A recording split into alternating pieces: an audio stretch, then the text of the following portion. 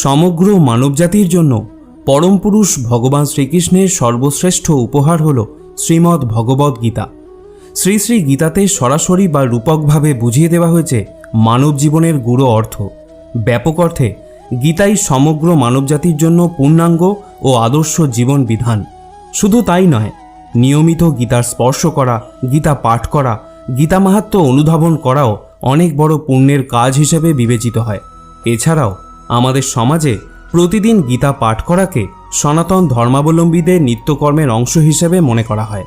কেউ কেউ প্রশ্ন করতে পারেন, আমি তো লেখাপড়া জানি না, আমি সংস্কৃত পড়তে পারি না, বা আমি শুধু বাংলা সরলার্থগুলো পড়তে চাই, এতে কি গীতা পাঠের ফল মিলবে?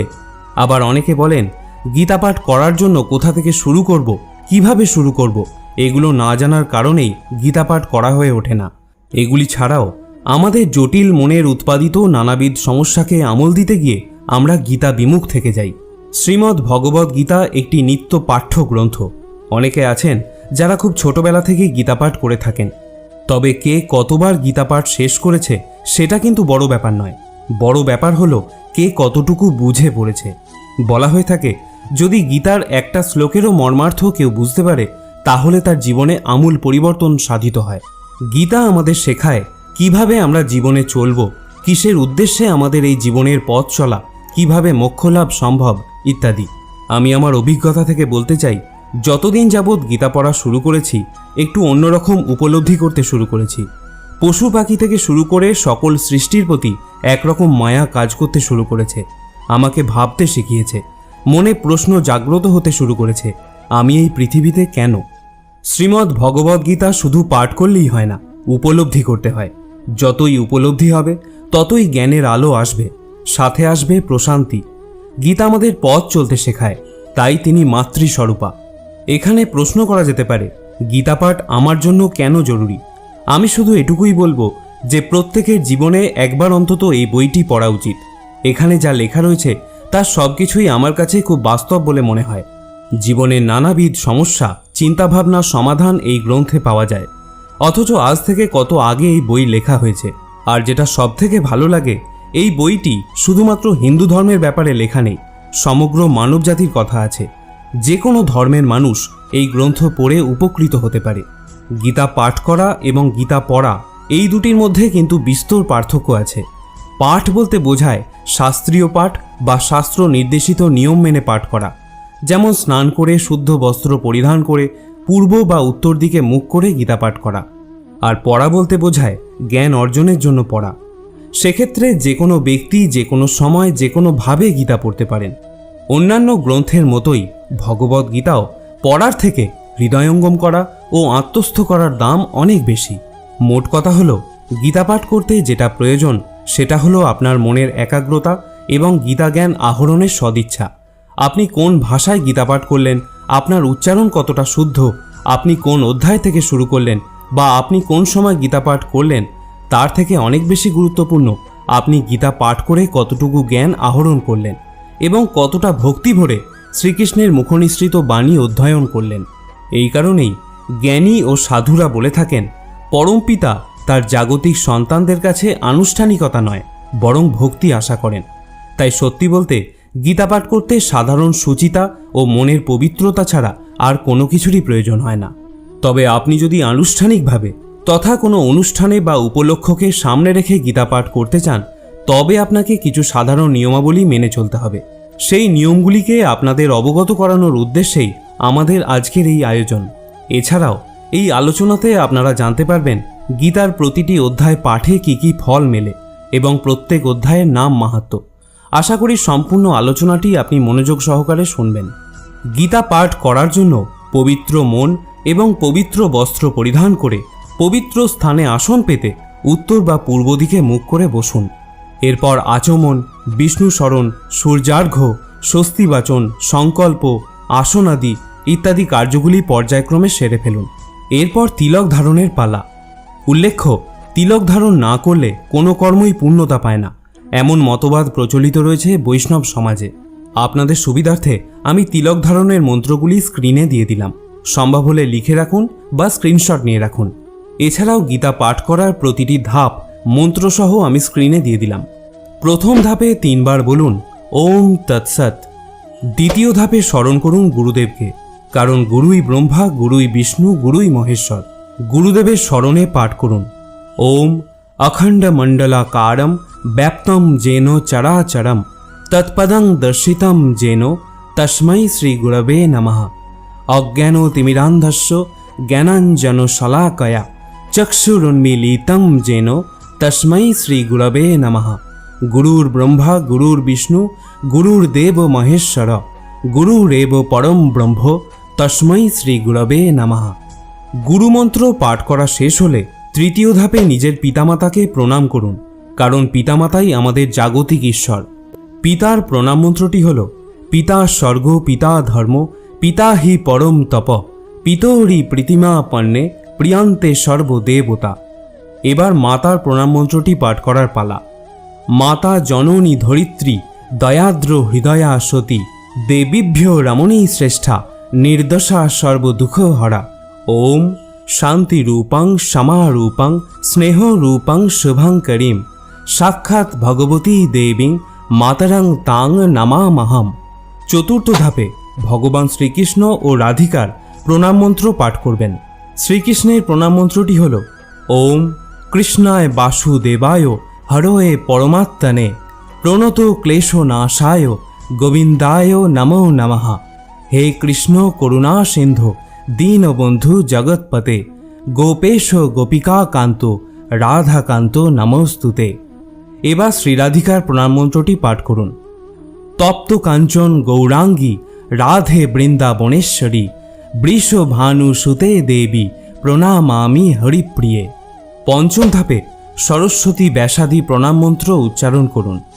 নারায়ণম নমস্কৃত্য নরং চৈব নরোত্তমম দেবীং সরস্বতীং চৈব ততো জয় মুদীরয়েৎ। ষষ্ঠ ধাপে হাত জোর করে ওম নমো ভগবতে বাসুদেবায় নমঃ এই মন্ত্রটি 3 বার পাঠ করে শ্রী শ্রী গীতাকে পুষ্পাঞ্জলি অর্ঘ্য নিবেদন করুন।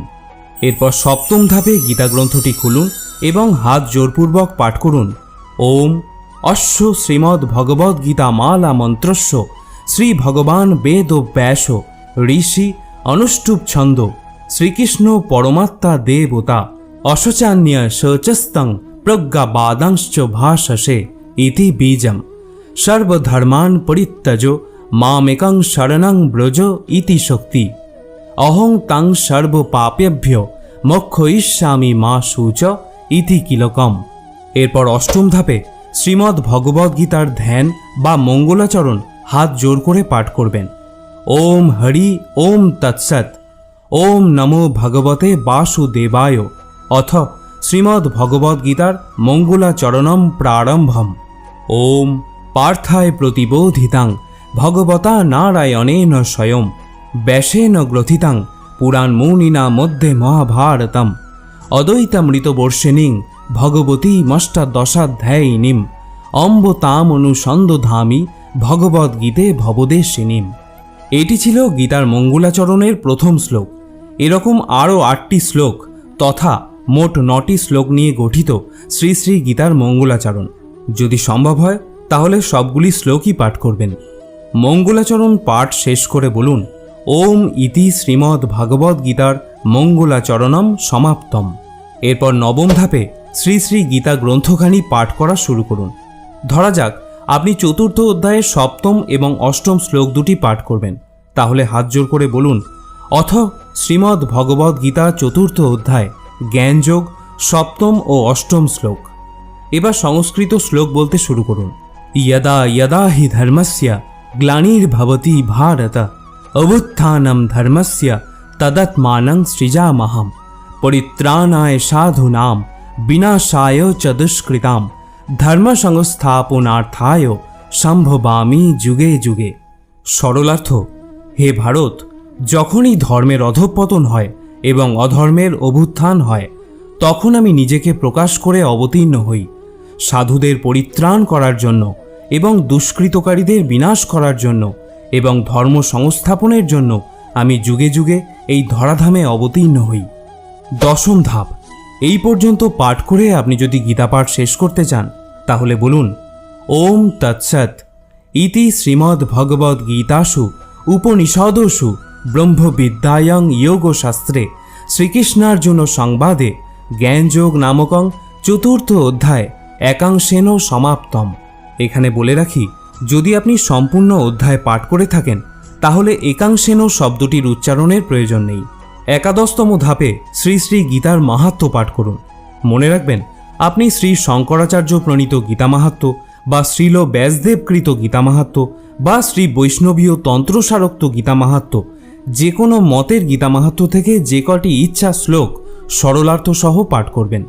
দ্বাদশ ধাপে পরম পুরুষ ভগবান শ্রীকৃষ্ণের কাছে ক্ষমা ভিক্ষা করুন, কারণ কৃষ্ণন্তু ভগবান স্বয়ং ঈশ্বর পরমঃ কৃষ্ণ সচ্চিদানন্দ বিগ্রহ অনাদিরাদি গোবিন্দ সর্বকারণ কারণম। ক্ষমা ভিক্ষা মন্ত্রটি হল ওম যদক্ষরং পরিভ্রষ্টং মাত্রাহীনঞ্চ যদ ভবেৎ পুণ্যং ভবতু তৎসর্বং তৎপ্রসাদাৎ জনার্দন পূর্ণমদঃ পূর্ণমিদং পূর্ণাৎ পূর্ণমুদচ্যতে পূর্ণস্য পূর্ণমাদায় পূর্ণমেবাবশিষ্যতে। জয় গীতা, জয় গীতা, জয় গীতা। ত্রয়োদশ ধাপে শ্রী শ্রী গীতার 18টি গুহ্য নাম কীর্তন করুন। ওম গঙ্গা গীতা চ সাবিত্রী সীতা সত্যা পতিব্রতা ব্রহ্মাবলী ব্রহ্মবিদ্যা ত্রিসন্ধ্যা মুক্তিগেহিনী অর্ধমাত্রা চিদানন্দা ভবগ্নি ভ্রান্তিনাশিনী বেদত্রয়ী পরানন্দা তত্ত্বার্থ জ্ঞান মঞ্জুরি। এরপর 14 নম্বর ধাপে পঞ্চতত্ত্বসহ তারক ব্রহ্ম মহানাম জপ করুন। জয় শ্রীকৃষ্ণ চৈতন্য প্রভু নিত্যানন্দ শ্রী অদ্বৈত গদাধর শ্রীবাসাদি গৌর ভক্তবৃন্দ। হরে কৃষ্ণ কৃষ্ণ কৃষ্ণ হরে হরে, হরে রাম রাম রাম হরে হরে। এরপর অন্তিম ধাপে শান্তিমন্ত্র উচ্চারণ করুন। সর্বে সুখীন ভবন্তু সর্বে সন্তু নিরাময়া সর্বে ভদ্রাণি পশ্যন্তু মা কশ্চিৎ দুঃখ ভাগ ভবেৎ। সকলে সুখী হন, নিরোগ হন এবং প্রশান্তি লাভ করুন, কেউ যেন দুঃখ ভোগ না করে। ওম শান্তি, ওম শান্তি, ওম শান্তি। এবারে আসুন জেনে নেওয়া যাক গীতার প্রতিটি অধ্যায় পাঠে কি কি ফল পাওয়া যায়। গীতার প্রথম অধ্যায় পাঠ করলে মানুষের মন পবিত্র হয়।